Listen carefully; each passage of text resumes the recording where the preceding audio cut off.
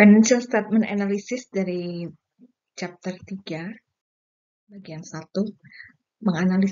menganalisis aktivitas financing atau pendanaan.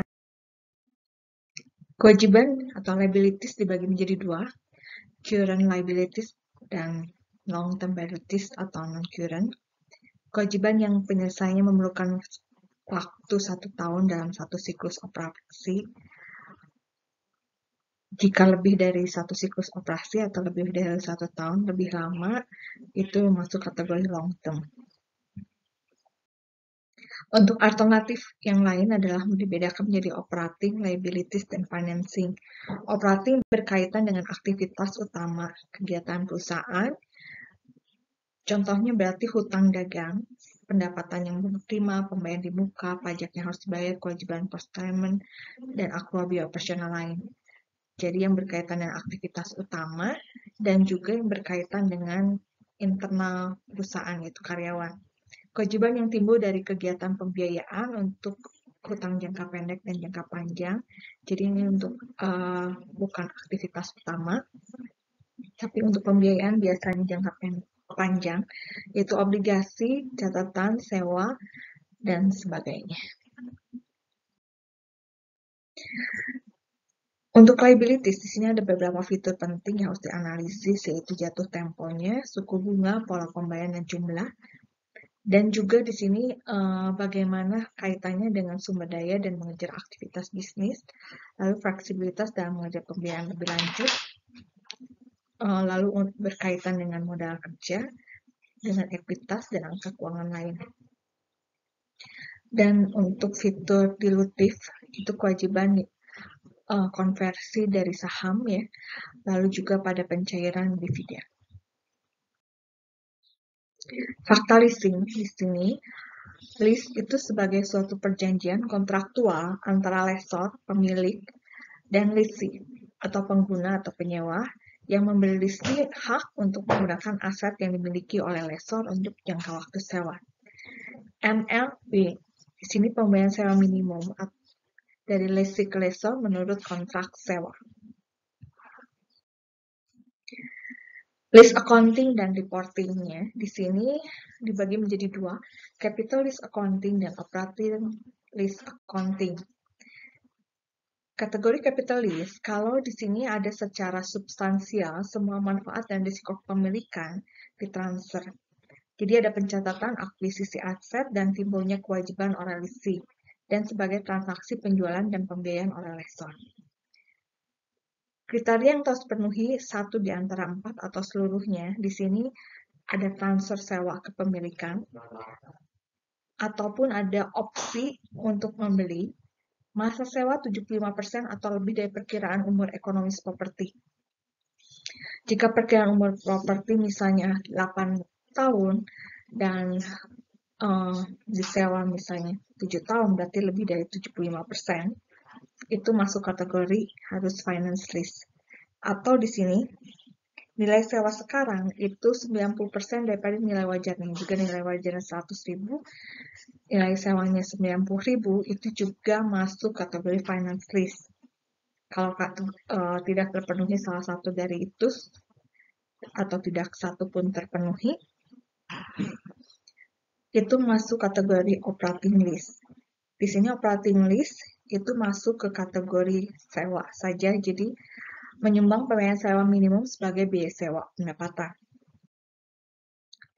Lalu untuk pengungkapan dan off balance sheet untuk leasing, lessee di sini sebagai penyewa harus mengungkapkan MLP masa depan secara terpisah untuk sewa modal dan sewa operasi untuk masing-masing dari 5 tahun berikutnya dan jumlah total setelahnya.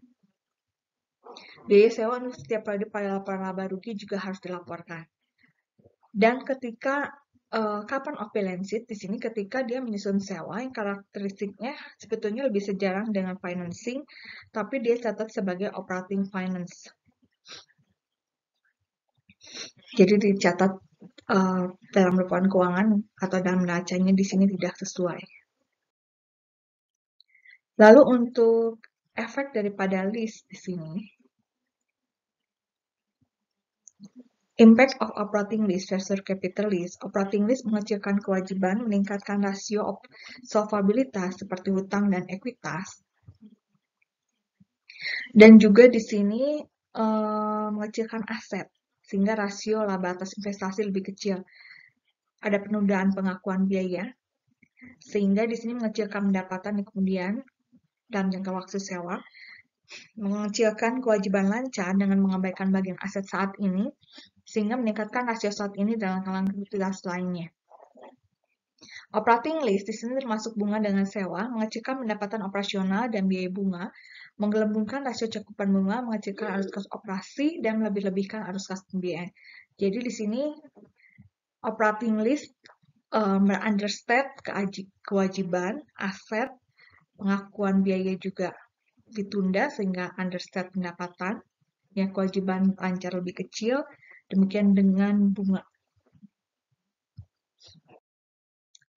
Contoh diproyeksikan dalam tabel di sini dari 2004 sampai 2016, payment-nya kita lihat 454 sampai 347, total 4654, diskonto faktor dari tabel sehingga nilai present value-nya seperti ini.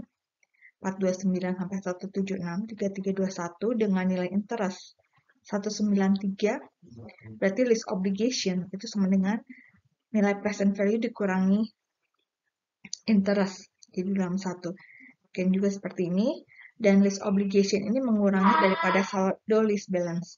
Saldo list balance 3321 dikurangi 261 sama dengan 3060, 3060 dikurang 246, 2814, dan seterusnya. Sedangkan jumlah interest dan list obligation itu sama dengan present value. Berarti jumlah list obligation sama dengan nilai present value dikurangi interestnya. Nilai present value sama dengan nilai payment dikali diskonto faktor dari tabel tentunya ya. Diskonto faktornya seperti ini. Nah, untuk efek daripada operating list ketika berubah menjadi dikonversi menjadi capital list, kita lihat di sini net income kecenderungannya akan turun. Sales di sini tetap ya, tapi biaya operating expense yang turun sehingga akan meningkatkan net income. Dan di balance sheet ini nilai current asset tetap, tapi nilai fixed assetnya bertambah karena aset yang finance list ini menambah nilai fixed asset. Lalu untuk current liabilities-nya juga bertambah, dan nilai long-term liabilities-nya juga bertambah. Ya, ini untuk mencatat bunga, ini mencatat present value-nya. Totalnya seperti ini. Jadi biaya operasional turun 177 juta, penghapusan biaya sewa 454 dilaporkan tahun 2004, dan penambahan ada 277 juta untuk biaya penyusutan. Karena aset tetapnya harus disusutkan, jadi menambah biaya penyusutan. Beban bunga meningkat 193 juta jadi 201 juta, ini nambah current liabilities, lalu laba bersih turun 10 juta, dari 16 juta sebelum pajak. Karena dikali 1 minus 0,35, asumsi tarif pajak perusahaan marginal.